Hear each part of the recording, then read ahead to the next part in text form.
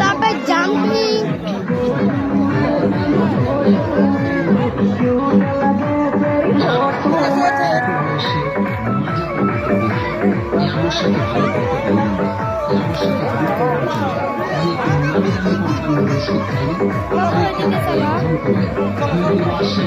আমাদের প্রচার মাইক লক্ষ্য রেখে আপনাকে একটা গ্লাস ভিআইপি স্পেশাল গণশক্তি গাছের শরবত বানাই দিচ্ছে।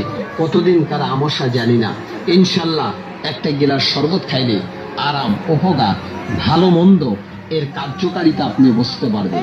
কন্টিনিউ আপনি যদি খান আপনার আমসা একবারে হয়ে যাবে। আর নাম গণশক্তি। এখানে মাংস বিক্রি করা হচ্ছে। আর দেখেন কত বড় বড় গরু, এই তো একটা বড় গরু হয়েছে।